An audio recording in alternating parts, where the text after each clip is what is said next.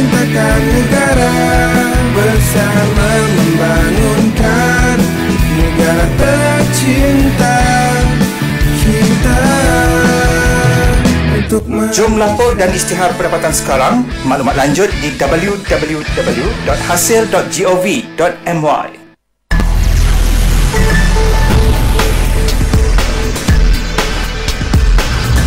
Salam sejahtera, Klinik Cukai bersama-sama dengan Lembaga Hasil Dalam Negeri Malaysia untuk waktu ini selepas sekian lama mereka menyepi diri, mereka muncul kembali. Bersama dengan kita ada Encik Muhammad Ihsan Muhammad Rasad, penolong pengarah LHDN cawangan Duta Perniagaan, dan juga Encik Muhammad Khairul Amin Muhammad Saleh, Pegawai Perhubungan Awam Lembaga Hasil Dalam Negeri Malaysia, juga dari cawangan Duta Perniagaan. Ya, betul. Assalamualaikum, selamat datang kedua-duanya. Waalaikumsalam warahmatullahi. Okey, cuba dekat sikit dengan mic tu. Macam jauh-jauh macam gaduh. Tarik je, mic tu boleh gerak. Mic tu gerak. Okey, baik. Dan topik kita hari ini lah berkaitan dengan belanja perniagaan. Mana boleh, mana tak boleh. Sebetulnya tanya dulu, yang Cik Karami ni bukan yang popular dalam IG tu, bukan? Yang masak-masak. Salah orang. Dan setiap tahun ni kita tengok Lembaga Hasil Dalam Negeri Malaysia mulai Mac akan melaksanakan program penghantaran borang nyata cukai pendapatan, dan bukan sahaja untuk mereka yang bergaji iaitu borang BE, tetapi juga individu yang berpendapatan perniagaan. Dihantar juga borang B mulai 1 Mac 2020. Jadi individu yang menjalankan perniagaan, tak kiralah kecil ke, sederhana ke, besar ke, kalau terima pulangan pendapatan daripada perniagaan yang dijalankan, perlu melaporkan pendapatan mereka kepada Lembaga Hasil Dalam Negeri Malaysia. Jadi hari ini nak cerita belanja perniagaan, mana boleh, mana tak boleh. Apa maksudnya tu kejap lagi kita akan tahu, tapi nak tahu dulu serba sedikit berkenaan dengan cukai perniagaan ini. Cik Amin, mulakan dulu. Betul. Okey, bismillahirrahmanirrahim. Assalamualaikum warahmatullahi taala wabarakatuh. Okey, saya rasa tak salah sebelum saya memulakan kita punya perbincangan pada hari ini, untuk saya atau kami untuk mengucapkan selamat Hari Raya, maaf zahir batin kepada pihak radio bernama, dan juga kami ingin mengucapkan terima kasih lah kerana sudi menjemput kami dalam slot Klinik Cukai inilah yang akan membincangkan berkenaan perbelanjaan yang mana boleh atau yang tak boleh lah untuk hari ini. Terima kasih kami ucapkan. Sama-sama, selamat Hari Raya kembali. Okey. So untuk soalan tadi, cukai perniagaan ni akan dikenakan kepada individu yang menjalankan perniagaan, sama ada secara milikan tunggal ataupun perkongsian. Jadi mereka ni bertanggungjawab untuk melaporkan pendapatan perkongsian mereka menggunakan borang nyata cukai pendapatan iaitu BNCP dengan menghantar borang B secara manual ataupun EB secara e-filing. So antara kategori perniagaan yang menjadi sumber pendapatan perniagaan adalah seperti perniagaan runcit, jualan langsung, perniagaan gerai, pertanian dan penternakan, perniagaan melalui internet, online business, penulisan, bidang lakonan, nyanyian atau duta produk, klinik, firma guaman atau lain-lain perkhidmatan profesional, dan komisen lah termasuk juga. So bagi perniagaan secara perkongsian, ia meliputi sebarang bentuk kerjasama lah antara dua atau lebih pihak bagi menyatukan hak, kuasa, tenaga kerja atau kemahiran dalam menjalankan perniagaan itulah, dan mewujudkan perkongsian keuntungan. So perkongsian ni kiranya dia jalinan dia wujud antara individu dengan individu, dua syarikat, individu dan syarikat, ataupun individu dengan pemegang amanah bagi suatu penyelesaian lah.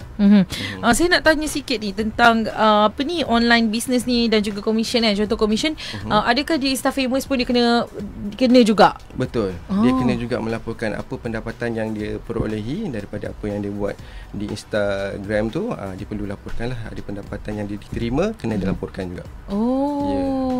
Dia dah considered sebagai selebriti lah Instafamous ni. Mujur, bukan Instafamous, jadi tak perlu. Baik, dah balik kepada topik kita hari ni, iaitu belanja perniagaan. Mana boleh, mana tak boleh. Apa yang dimaksudkan boleh tak boleh ni? Suka kita lah perbelanjaan kita, Cik Ihsan. Okey, right. Okay. Assalamualaikum warahmatullahi wabarakatuh. Okey, maksud mana boleh ni sebenarnya dia merujuk kepada perbelanjaan perniagaan yang mana dia boleh ditolak dan dibenarkan sebagai tolakan dari sesuatu pendapatan kasar perniagaan tu. Manakala bagi maksud tidak boleh ni pula, dia merujuk kepada perbelanjaan perniagaan yang tidak boleh ditolak dan tidak dibenarkan sebagai tolakan daripada pendapatan sesuatu perniagaan itu. Tapi sebelum kita nak kena pasti jenis-jenis perbelanjaan, perniagaan boleh ke tak boleh, kalau dalam bahasa Inggerisnya allow atau disallow, kita kena tahu dululah apakah jenis jumlah berapa jumlah pendapatan kasar sesuatu perniagaan tu, barulah kita boleh ambil kira perbelanjaan dia pula. Baik. Jadi kalau pendapatan kasar tu macam mana? Apa sebenarnya termasuk dalam pendapatan kasar perniagaan?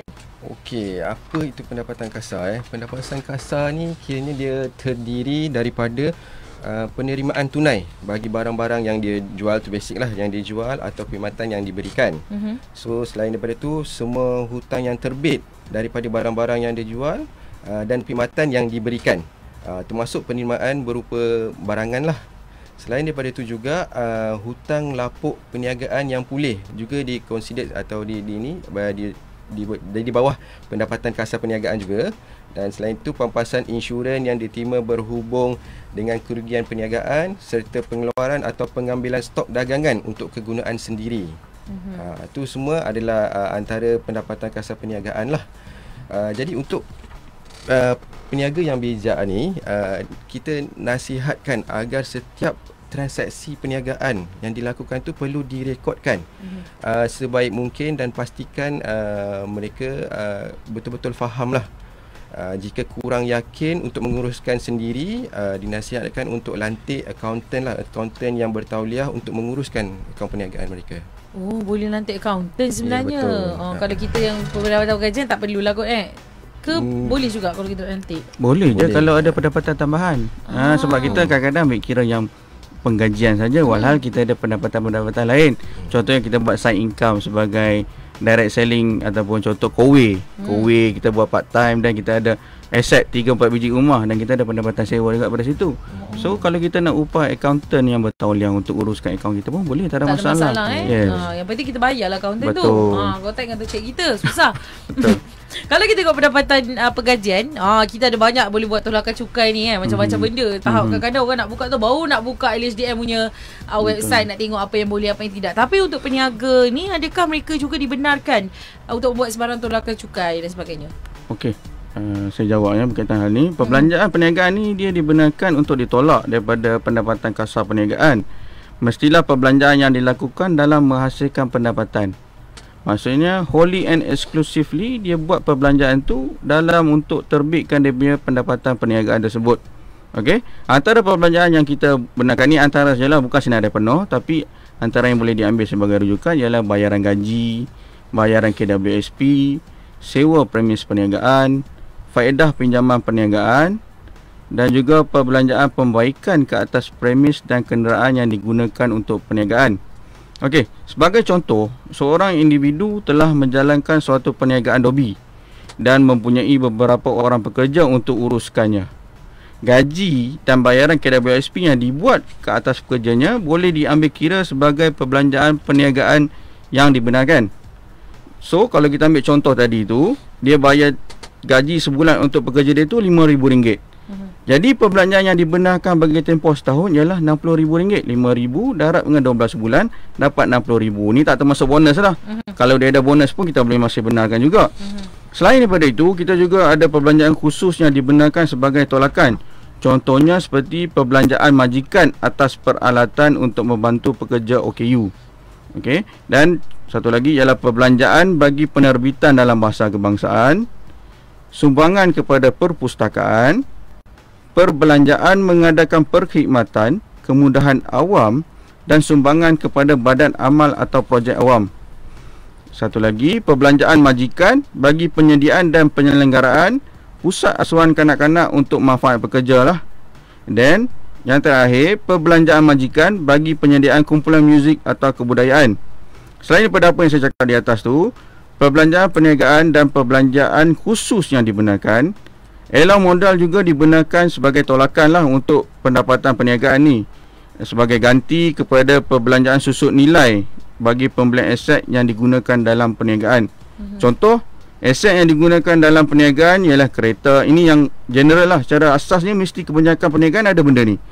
Kereta, mesin, alat pejabat, perabot dan komputer.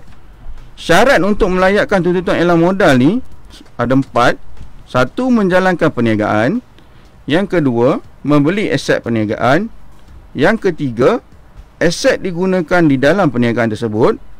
Dan yang keempat, merupakan tuan kepada aset tersebut. Bagi elang modal ni, dia ada kadar tertentu bergantung kepada jenis aset tetap yang digunakan. Antaranya ialah bagi elang modal ni dia ada dua bahagian. Elang permulaan dan juga elang tahunan. Okey. Untuk elang permulaan ni, setiap aset ni elang permulaan ni 20%.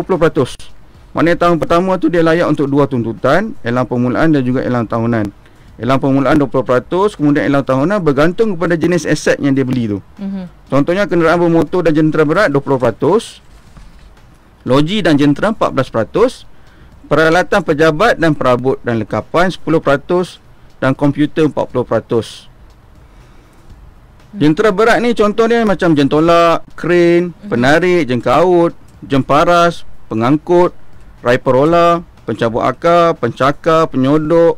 Kalau saya nak terang tu banyaklah sebenarnya, tapi itu antara contoh-contoh yang dapat kita ambil sebagai panduan. Dan kenderaan bermotor ni semua jenis kenderaan yang beroperasi dengan motor, seperti kereta, motosikal, kapal terbang, kapal dan sebagainya.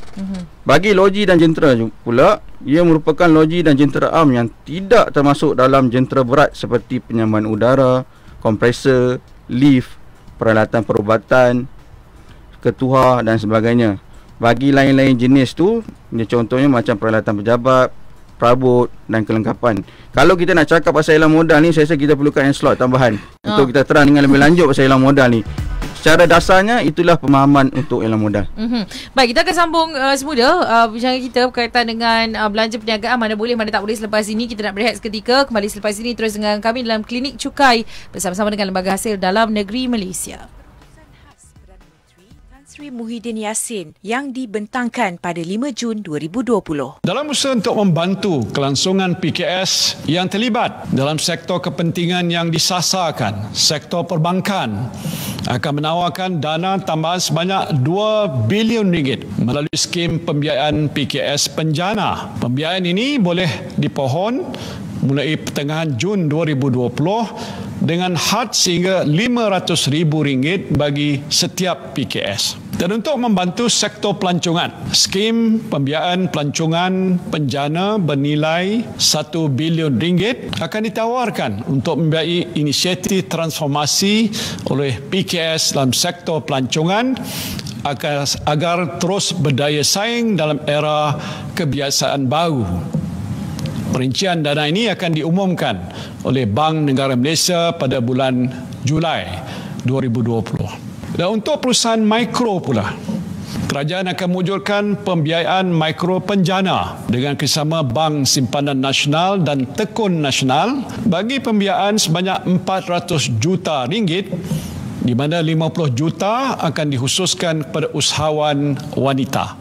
Dalam usaha untuk memperkasakan penglibatan bumi putera dan memastikan kelangsungan dalam bidang perniagaan dan keusahawanan, pembiayaan sebanyak RM200 juta akan ditawarkan melalui Perbadanan Usahawan Nasional Berhad PUNB.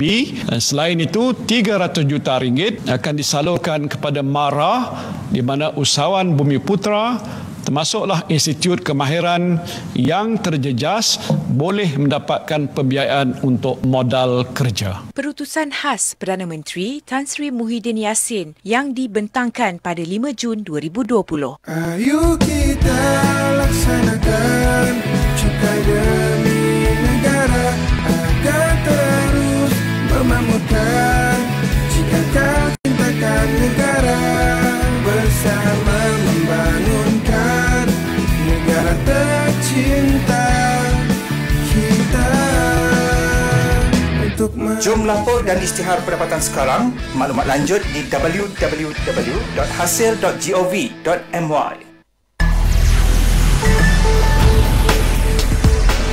Baik, kita kembali semula dalam Klinik Cukai bersama-sama dengan Lembaga Hasil Dalam Negeri Malaysia. Kita ada Encik Muhammad Ihsan Muhammad Rasad dan juga Encik Muhammad Khairul Amin Muhammad Saleh dari Cawangan Duta Perniagaan. Topik kita ialah belanja perniagaan, mana boleh, mana tak boleh. Jadi sebelum kita nak cerita yang mana tak boleh ni, yang tidak dibenarkan ni, ada soalan dari netizen. Netizen kata, tolonglah saya. Contoh dia kata, individu A gaji dia RM5,000, individu B gaji dia RM5,000. Contohnya kenapa A dia punya penolakan cukai hanya RM100, tapi B ni kena sampai RM300. Apa bezanya? Gaji kami sama, jawatan kami sama, kerja pun sama. Marah dia Cik Ihsan. Okey, Cik Amin, saya cuba jawab. Okey, dalam hal ni kita tak boleh tengok pendapatan tu semata-mata. Contohnya, walaupun kita berdua ni pendapatan kita sama, kerja kita sama, tapi kita ada faktor-faktor lain yang menyumbang kepada potongan cukai bulanan tu sendiri. Contoh yang pertama, sama ada individu tu dah berkahwin atau tak. Kalau dia dah berkahwin, adakah isteri dia bekerja atau tak? Okey. Kalau isteri dia bekerja, dia sama macam individu juga, potongan cukai berjadual dia. Kemudian kita kena ambil kira pula, adakah dia ada potongan-potongan lain, zakat bulanan ke, yang boleh di set off kan dengan potongan cukai tersebut. Kemudian kita ambil kira pula, kalau dia ada anak ke, tak ada anak. Macam saya ada 10 orang anak, Puan ada 5 orang anak. Itu akan menyebabkan kita punya potongan dah berbeza kat situ. So secara asasnya, potongan cukai berjadual bulanan tu dia tak semata-mata tertakluk kepada pendapatan seseorang tu.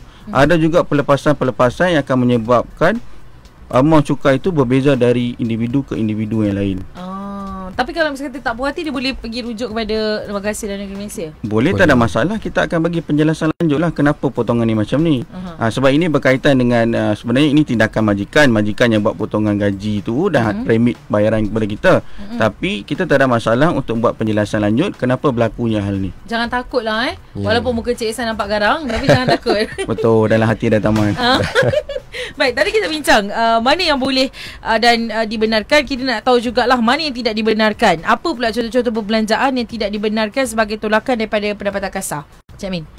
Okey, macam tadi kita dah bincangkan berkenaan perbelanjaan yang dibenarkan. So untuk yang perbelanjaan yang tidak dibenarkan pula adalah belanja yang dituntut sebagai tolakan dalam pendapatan perniagaan adalah belanja permulaan.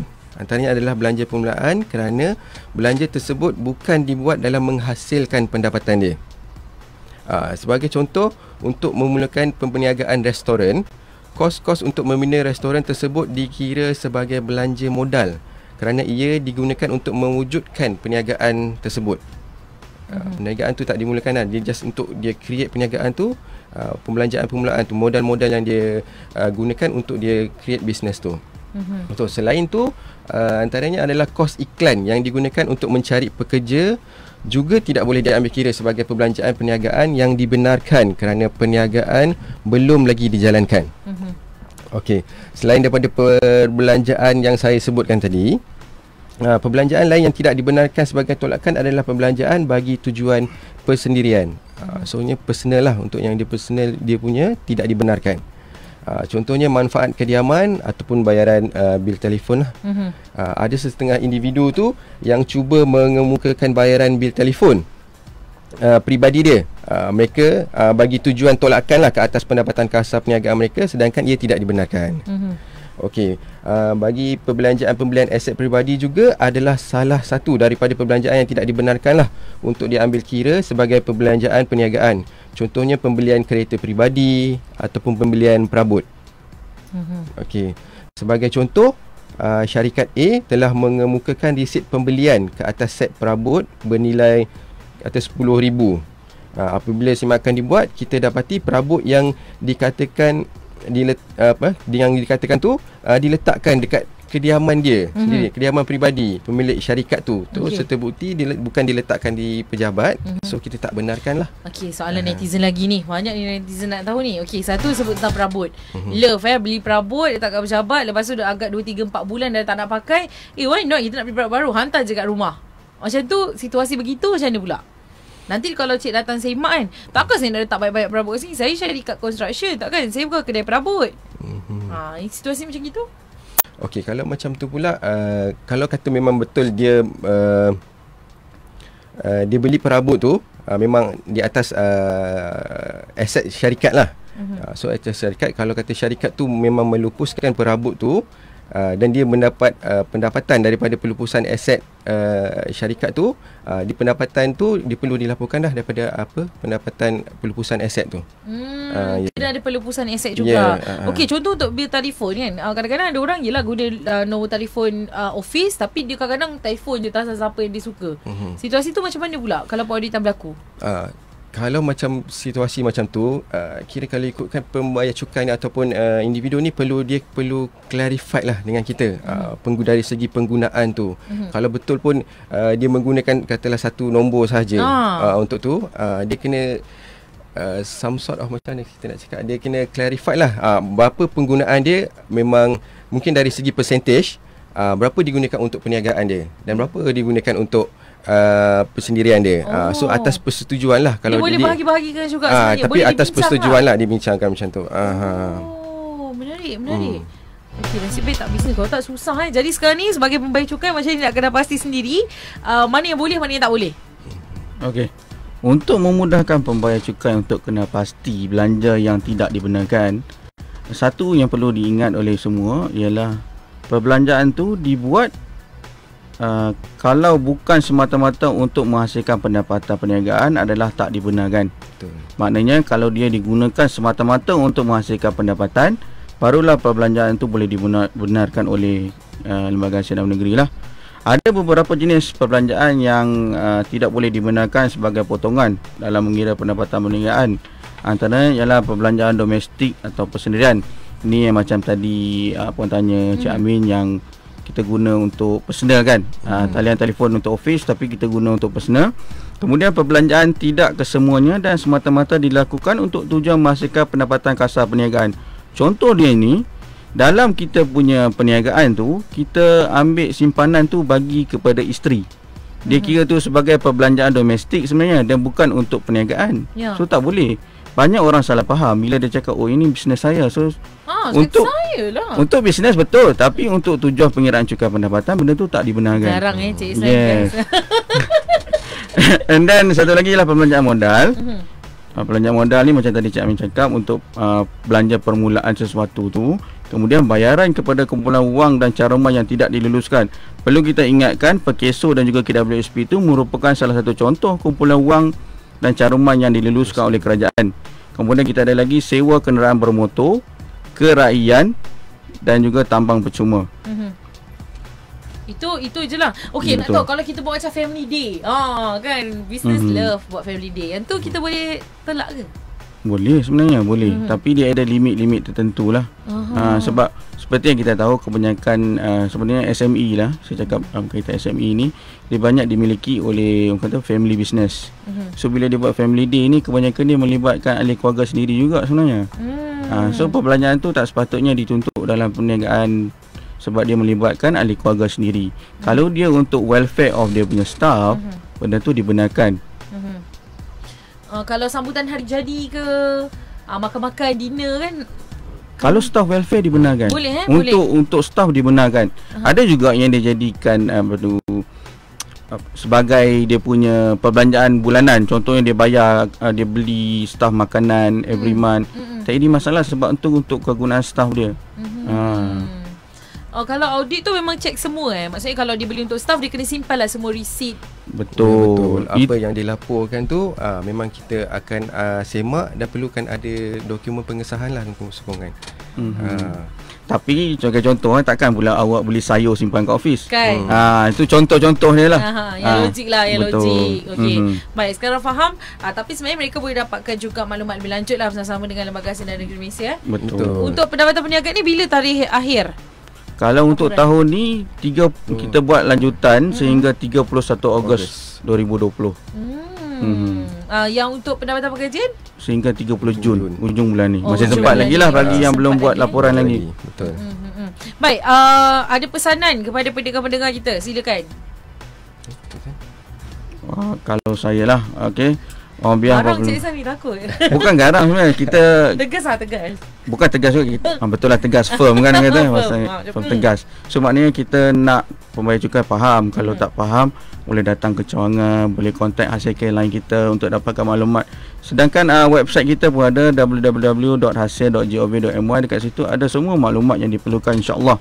Kalau rasa maklumat di website kita masih tak mencukupi, boleh hadir ke cawangan yang terdekat. Mana-mana cawangan pun insya-Allah kita boleh membantu. Kalau rasa tak boleh nak ke cawangan, risau dengan kes COVID ni semua, boleh juga email kita maklum balas pelanggan melalui maklum balas pelanggan atau melalui dengan pegawai khidmat pelanggan setiap cawangan tu. Ada tersenarai nama dan juga nombor telefon, email address setiap pegawai yang berkaitan, dan boleh hubungi kita untuk apa-apa pertanyaan lanjut, insya-Allah. Saya ada tambah sikit lah daripada apa yang Cik Ehsan terangkan tu. Selain daripada tu, kita boleh juga hubungi hasil KLAN kita, hasil KLAN kami di talian 0389111000 1000 lah, untuk sebarang pertanyaan berkenaan percukaian lah.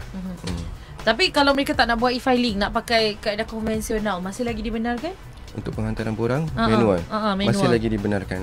Tapi perlu diingatkan penghantaran borang tu perlu ke kita punya bahagian pengurusan rekod di Bangi. Perlu dialamatkan di Bangi sebab borang tu dah tulis alamat tu perlu dialamatkan ke Bangi. Betul. Jadi takut salah pula kan nanti. Sebab tu kalau orang datang jumpa kita ke cawangan, kita galakkan untuk buat e-filing. Sebab e-filing duduk rumah pun boleh klik-klik, selesai masalah. Macam ni tuan, sekarang PKP, mungkin dia sempat buka syarikat tahun lepas kan, tak habis pun. Jadi masih lagi perlu juga hantar borang untuk syukur pendapatan perniagaan ni. Masih perlu hantar. So macam Cik Ehsan cakap juga tadi, mungkin kalau ada sebahagian dari segi untuk melaporkan cukai tu masih ada benda yang tak faham ataupun kurang pasti, bolehlah telefon ke pihak kami di hasil KLAN tu yang saya masukkan tadi lah. Jadi tak ada masalah, boleh telefon untuk dapatkan maklumat lebih lanjut. Boleh, insya-Allah. Office buka ke dah buka? Dah buka. Setakat ni masih 8 pagi hingga 4 petang lah. Kita tunggu arahan lanjut. Kalau perlu kita extend time tu, insya-Allah kita akan extend. Baik, jadi jangan takut lah untuk telefon. Walaupun muka Cik Ehsan nampak garang, tapi dia firm je, tak ada garang pun. Okey, 0389111000 ataupun layari www.hasil.gov.my untuk dapatkan maklumat lanjut atau anda ada sebarang masalah berkaitan dengan percukaian. Terima kasih banyak-banyak kita ucapkan kepada Cik Muhammad Ihsan Muhammad Rasad, Penolong Pengarah Lembaga Hasil dalam Negeri Malaysia, Cawangan Duta Perniagaan, dan juga Cik Muhammad Khairul Amin Muhammad Saleh, Pegawai Perhubungan Awam Lembaga Hasil dalam Negeri Malaysia, Cawangan Duta Perniagaan, bersama-sama dengan kami. Terima kasih kedua-duanya. Terima kasih. Baik, untuk anda terus dengarkan kami di Bernama Radio. Ini adalah stesen berita bisnes anda. Are you okay?